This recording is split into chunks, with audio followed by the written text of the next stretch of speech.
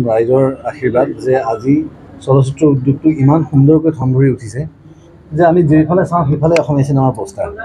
আজি কিছুদিন আগতে ভাইমন দা চাবলৈ যাওঁতে দুখন তিনিখন চিনেমাৰ পোষ্টাৰ একেলগে দেখি আপ্লুত হৈছিল। কিন্তু তাৰ পাছত আচলতে আকৌ যেতিয়া চিন্তা কৰি চাইছোঁ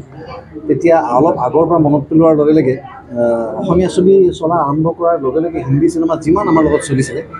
আটাই বাণিজ্যিক দিশত কিন্তু অসমীয়া ছবিখনতকৈ কম সফল। গতিকে ই প্ৰমাণ কৰিছে গুণাই যে অসমীয়া দৰ্শকে অসমীয়া ছবি চাই ভাল পায়।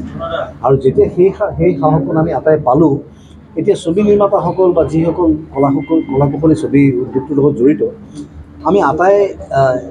ইমান উৎসাহিত হৈছোঁ যে আমি আজিৰ তাৰিখত অতি গৌৰৱেৰে ক'ব পাৰোঁ যে যদিও ভাৰতীয় চলচ্চিত্ৰ উদ্যোগটোত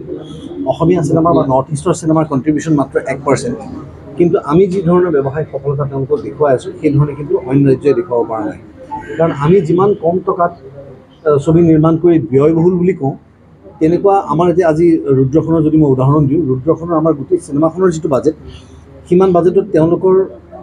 এটা একশ্যন ছিকুৱেঞ্চো নোলায়। গতিকে তাৰ পাছতো যিহেতু আমি কৰিব পাৰিছোঁ, এই আৰু এটা কথা প্ৰমাণ কৰিছে যে অসমীয়া কলাকুশলী চলচ্চিত্ৰ কৰ্মী যিসকল আছে আটাই যথেষ্ট কষ্ট কৰিব পাৰে, দুগুণে কষ্ট কৰিব আছে। আৰু তাৰপাছত আমি এখন ছবি তৈয়াৰ কৰি হলত উলিয়াই দিওঁ। তাৰপাছত যেতিয়া দৰ্শক ৰাইজৰ এই ধৰণৰ মৰম, এই ধৰণৰ সঁহাৰি আমি পাওঁ, তেতিয়া ক'ব নোৱাৰাকৈ মনত এটা বিশ্বাস উপজে যে ভাৰতবৰ্ষত দ্বিতীয়খন ছবি অসমে দিছিলে। প্ৰথমখন আছিলে চাইলেণ্ট, তাৰপিছত আমি দিলোঁ টকি। গতিকে জ্যোতিপ্ৰসাদ আগৰৱালাদেৱৰ যি প্ৰচেষ্টা তেতিয়া তেওঁলোকে হাতত লৈছে, সেই হিচাপে আচলতে আমি বহুত আগুৱাই যাব লাগিছিল। কিন্তু বিভিন্ন সমস্যাৰে জৰ্জৰিত অসমখনে আজিলৈকে সেই দিশে আচলতে মনোযোগ দিবই নোৱাৰিলে যে কমাৰ্চিয়েল চিনেমা এখন বা বিনোদনধৰ্মী ছবি এখন কি ধৰণে বাণিজ্যিক দিশত সফল হ'বলৈ কি বস্তুৰ প্ৰয়োজন, যেনে হলৰ প্ৰয়োজন। আজি সৌভাগ্যৱান কথা যে লখিমপুৰৰ নিচিনা ঠাইত দাঁতিকাষৰীয়া অঞ্চলৰ সকলো হলবিলাক মিলাই প্ৰায় 6টা হল আছে। কিন্তু এনেকুৱা বহুত কম জেগা আছে য'ত এটা হলো নাই, বা বহুত জেগা আছে য'ত এটা হলো নাই। আজি নলবাৰীত কিছুদিন আগতে তেওঁলোকে এটা হল পাইছেহে, ছোটো মহাৰাজ এটা হল। গতিকে যদি চৰকাৰে এইখিনি পদক্ষেপ লয় যে আমাক যদি ঠায়ে ঠায়ে যদি হলৰ নিৰ্মাণ যদি কৰে, তেওঁলোকে যিটো প্ৰচেষ্টা অলৰেডি তেওঁলোকে হাতত লৈছে বুলি কৈছে, কিন্তু ময়ো আহ্বান জনাইছোঁ তেওঁলোকে যেন অলপ সোনকালে এই প্ৰক্ৰিয়াটো কৰে, কাৰণ নহ'লে বহুকেইখন অসমীয়া ছবি পাৰ হৈ গুচি যাবগৈ। আৰু দ্বিতীয় কথা হৈছে অসমীয়া দৰ্শক ৰাইজে যেতিয়া ছবি এখন চাবলৈ কিছু পৰিকল্পনা কৰে, লগে লগে আপুনি দেখিব যে আমাৰ ইখন ছবিৰ প্ৰযোজকে ইখন ছবিৰ প্ৰযোজকক ঠেলাঠেলি কৰে যে আপুনি অলপ পিছুৱাই দিয়ক, আপুনি অলপ আগুৱাই দিয়ক। এই বস্তুটো আচলতে নহ'ল হয় যদি বাণিজ্যিক সফলতাটো আমাৰ 2 বা 3 সপ্তাহৰ ভিতৰত যদি ডিচিশ্যন এটা হৈ গ'ল হয়, তেওঁলোকে বাণিজ্যিকভাৱে সফল হ'বলৈ 3টা সপ্তাহ ভালকৈ চলিলে হ'ল। কিন্তু আজি যিহেতু হলৰ সংখ্যা কম,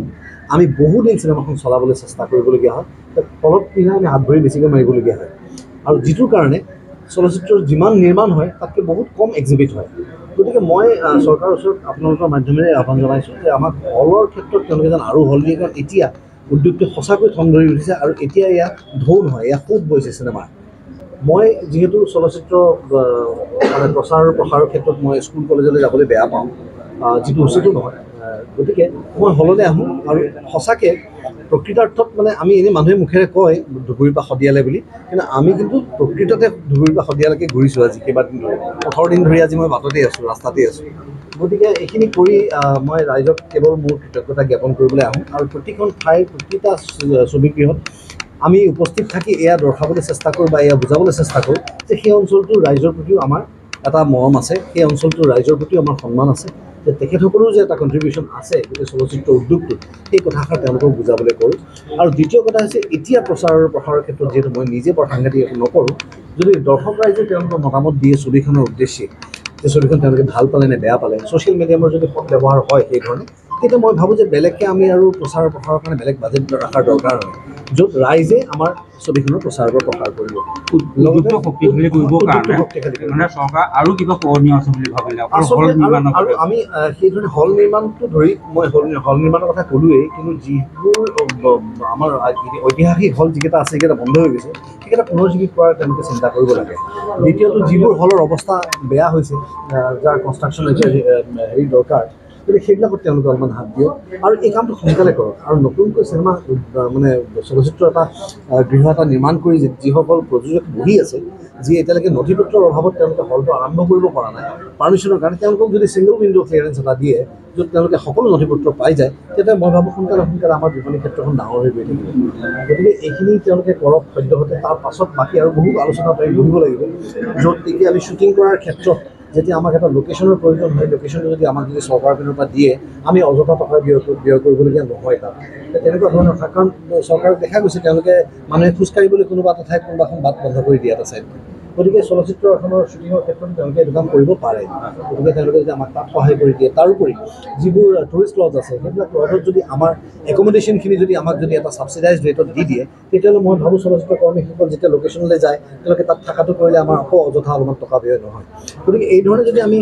বাহিৰা বা যিখিনি খৰচ আমি কাট ডাউন কৰিব পাৰোঁ কৰি যদি আমি কেৱল চলচ্চিত্ৰখনত যিখিনি দেখা পাম পৰ্দাৰ ভিতৰত তাত যদি খৰচ কৰিবলগীয়া হয় তেতিয়া ইমান কম টকাত কিন্তু আমি তেতিয়াহে ভাৰতবৰ্ষৰ যিকোনো এটা চলচ্চিত্ৰ উদ্যোগ বা আন্তঃৰাষ্ট্ৰীয় পৰ্যায়তো আমি তেওঁলোকক ফেৰ মাৰিব পাৰিম ৰুদ্ৰখন ইতিমধ্যে